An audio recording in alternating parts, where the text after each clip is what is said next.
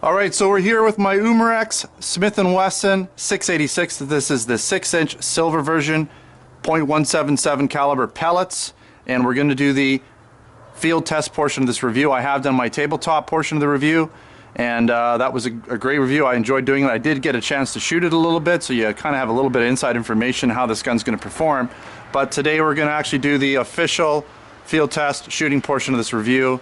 And so we're going to start it off with the chronograph portion, then I'm going to take it back 30 feet, shoot it at a target, and see how well it does out at a distance of 30 feet in a semi-rested position. So let's start off with the actual chronograph test. Now I have not even put one single round through the CO2. The first blast may put a lot of CO2 out. It may not even read, but we'll give it a try. It may be a little hot. I'm actually going to step back from the chronograph, see if that helps a little bit here. Here we go. Yeah, red 431. 431, again, very consistent so far. 430, wow, this gun's hitting pretty consistently. By the way, I am using 0.7 gram, or sorry, 7 grain pellets. These are RWS lead pellets, 7 grain. So they're hobby grade pellets, not the lightest or the heaviest you can get. Somewhere in the middle. Shot 4, 419, dropping just a bit, and last one, 405. So it did drop a little bit, but we got up into the mid, well, 430s consistently. Now I was getting a little bit higher performance out of this gun the first time around. I think it was a warmer day, maybe warmer, the CO2 was warmer, but you will get a variation in performance based on the temperature using CO2, and right now it's pretty cold outside. Alright, so let's head over and do the accuracy portion of this test.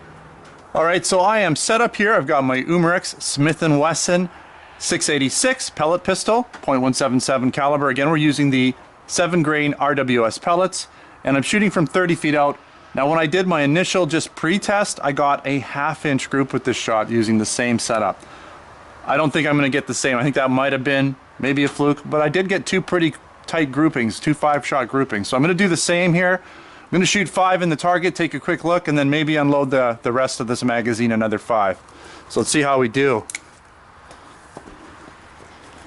Now this is semi-rested, so I'm standing in the back. It's not the most secure, but it's still pretty good.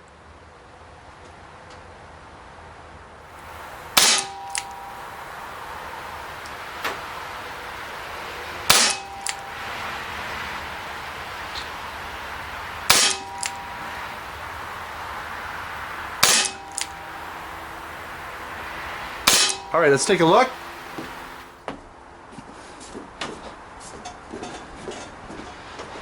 Yeah, as I was afraid of, not quite as tight. Still pretty good for an action style revolver.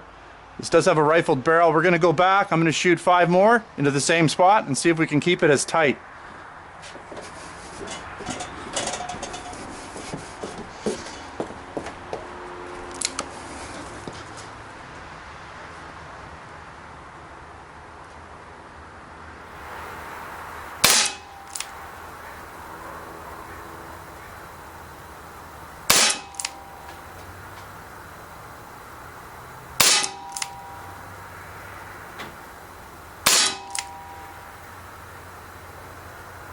All right, let's go see.